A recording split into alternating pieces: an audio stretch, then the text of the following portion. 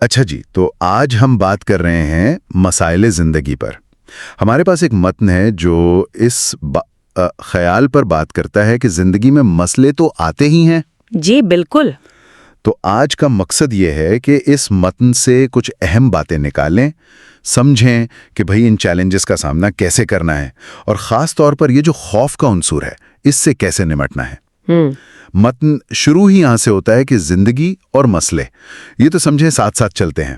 ہاں، لازم و ملزوم ہے۔ بالکل، چھوٹے ہوں بڑے ہوں ان سے بچنا تو ممکن نہیں لگتا۔ جی تو یہ تو ہو گئی ایک بات، لیکن اصل سوال تو یہ ہے کہ اچھا ٹھیک ہے، مسئلے ہیں تو کرنا کیا ہے؟ ہاں، یہی تو اصل نقطہ ہے۔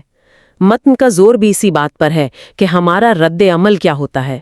یہ نہیں کہ مسئلہ ہے یا نہیں، بلکہ یہ کہ ہم اسے لیتے کیسے ہیں، ہمت ہار جاتے ہیں یا مقابلہ کرتے ہیں۔ اور وہیں طرف پھر بہادری کی بات آ جاتی ہے جو متن میں کافی زور دے کر کہی گئی ہے۔ جی کہ اگر دلیری سے سامنا کریں تو مسئلہ حل ہو سکتا ہے۔ وہ سانپ والی مثال مجھے بڑی دلچسپ لگی کہ سانپ مارنا ہے تو سر کو چلنا پڑے گا، اور اس کے لیے صرف خواہش نہیں، ہمت چاہیے۔ بالکل، اور یہ بہت اہم بات ہے۔ متن یہ بھی واضح کرتا ہے کہ یہ بہادری صرف آپ سمجھیں جسمانی طاقت نہیں ہے۔ اچھا، یہ بنیادی طور پر ایک ذہنی کیفیت ہے، ایک قلبی قوت ہے، حوصلہ ہے، ہمت ہے، مشکل وقت میں صحیح سوچنے کی جرأت ہے۔ یہ اندر کی طاقت ہے جو ہمیں سنبھالتی ہے۔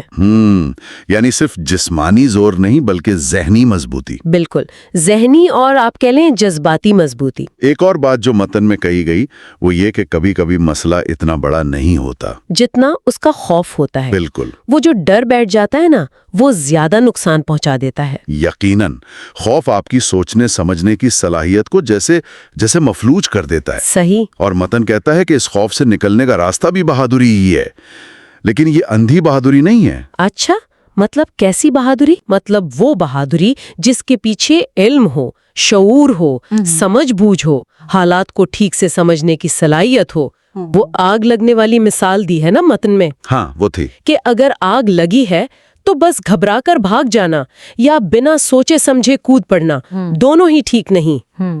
صحیح طریقہ یہ ہے کہ پہلے دیکھیں، سمجھیں کیا ہو رہا ہے، کیا کر سکتے ہیں، اور پھر ایک حکمت عملی سے، ایک پلان سے کام لیں۔ تو اس کا مطلب یہ ہوا کہ صرف ڈر کے بیٹھ جانا یا انتظار کرنا حل نہیں ہے۔ متن کہہ رہا ہے کہ کچھ عملی قدم اٹھاؤ۔ جی ہاں، بالکل واضح پیغام ہے۔ مسئلے کو دیکھیں، اسے سمجھیں، نظر انداز نہ کریں، ڈرے نہیں، اس کا جائزہ لیں باریک بینی سے، سوچیں اور پھر کوئی قدم اٹھائیں۔ خود بخود کچھ نہیں ہونے والا۔ یعنی تجزیہ، منصوبہ بندی اور پھر عمل، یہ ترتیب ہے۔ جی، یہی ترتیب متن تجویز کرتا ہے۔ محض انتظار کرنا کافی نہیں۔ اور اسی بات کو، یعنی یہ جو عمل اور توکل کا توازن ہے، اسے سمجھانے کے لیے وہ وطائے و فقیر والا قصہ بھی ہے متنی میں۔ ہاں، وہ قصہ بڑا معنی خیز ہے۔ وہ کہانی کیا تھی، ذرا مختصر بتا دیں۔ اس قصے سے پہلے دو چیزیں سمجھنی ضروری ہیں۔ ایک تو توکل، یعنی اللہ پر بھروسہ کہ وہ سبب بنائے گا، جی، اور دوسرا سبب، یعنی خود کوشش کرنا، کوئی وسیلہ اختیار کرنا۔ وطائے و فقیر کی کہانی ان دونوں کے بیچ کا جو تعلق ہے اسے دکھاتی ہے۔ اچھا، تو کہانی کیا تھی؟ کہانی یہ ہے کہ وطائیوں نے سنا کہ بھئی رزق تو اللہ دیتا ہے، تو وہ یہ سوچ کر ایک درخت پر جا بیٹھا کہ دیکھتے ہیں اللہ مجھے یہاں کیسے کھلاتا ہے۔ کچھ دیر بعد وہاں کچھ مسافر آئے، درخت کے نیچے ٹھہرے، کھانا پکایا۔ ٹھیک۔ انہوں نے کھانا کھایا اور ایک حصہ روایت کے مطابق کسی غریب یا مسکین کے لیے الگ رکھ دیا۔ اچھا۔ وطائیو اوپر بیٹھا دیکھ رہا تھا، اسے امید ہوئی کہ یہ مجھے ملے گا، لیکن مسافروں نے آپس میں بات کی کہ یہ حصہ گاؤں جا کر کسی مستحق کو دے دیں گے۔ تو وطائیو کا کیا ہوا؟ اب وطائیو پریشان ہوا کہ یہ تو میرا حصہ تھا، یہ تو جا رہا ہے۔ تو اس نے اب یہ پتہ نہیں جان بوجھ کر یا ویسے ہی کھانسی کی۔ کھانسی کی؟ جی، کھانسنے کی آواز پر مسافروں نے اوپر دیکھا تو انہیں وطائیو نظر آیا۔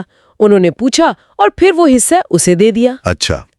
تو وطائیو نے اس سے یہ سبق سیکھا کہ بے شک دیتا اللہ ہی ہے، مگر اس کے لیے کوئی نہ کوئی سبب، کوئی کوشش بھلے وہ کھانسنے جتنی چھوٹی سی ہی کیوں نہ ہو وہ کرنی پڑتی ہے۔ یعنی توکل اپنی جگہ، لیکن تدبیر بھی ضروری ہے، ہاتھ پاؤں ہلانا پڑتا ہے۔ بالکل، توکل کے ساتھ سبب یا تدبیر لازم ہے۔ تو دیکھیں اس ساری گفتگو کا خلاصہ کیا نکلا؟ یہی کہ مسئلے تو زندگی کا حصہ ہیں، آئیں گے، جی، ان سے بھاگ نہیں سکتے، سامنا کرنا ہے، اور سامنا کرنے کے لیے بہادری چاہیے، جو صرف جسمانی نہیں بلکہ ذہنی اور قلبی قوت ہے۔ صحیح۔ پھر مسئلے کو سمجھنا ضروری ہے، اس کا تجزیہ کرنا، اور پھر کوئی عملی قدم اٹھانا۔ اور خوف پہ قابو پانا۔ ہاں، وہ سب سے اہم ہے، خوف پر قابو پانا، کیونکہ اکثر خوف ہی اصل دشمن ہوتا ہے، مسئلہ نہیں۔ بالکل۔